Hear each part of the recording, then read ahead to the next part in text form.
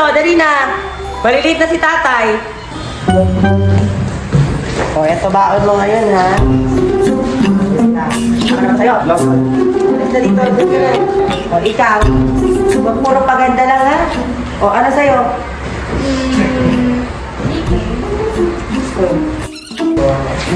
O. Ay, Chul. O, bunso, mag-ingat ka lagi, ha? O, mag-aaral ka na mabuti. Bye-bye. Kamusta ka? Masyado mo naman kung-spoil ang mga anak ko. Eh, kung tutuusin, magkano lang naman yung binigay ko? Ano yun? Ayuda?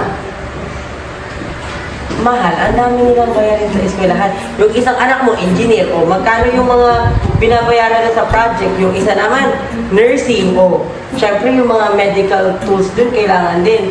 Eh, yung isa mo pang anak, yung pinakamaarte mong anak, yung dentistry, puro make-up, o. Tapos yung isa mo namang anak na engineer din, na pasaway, o ang gastos din, o. Kaya, okay lang yun.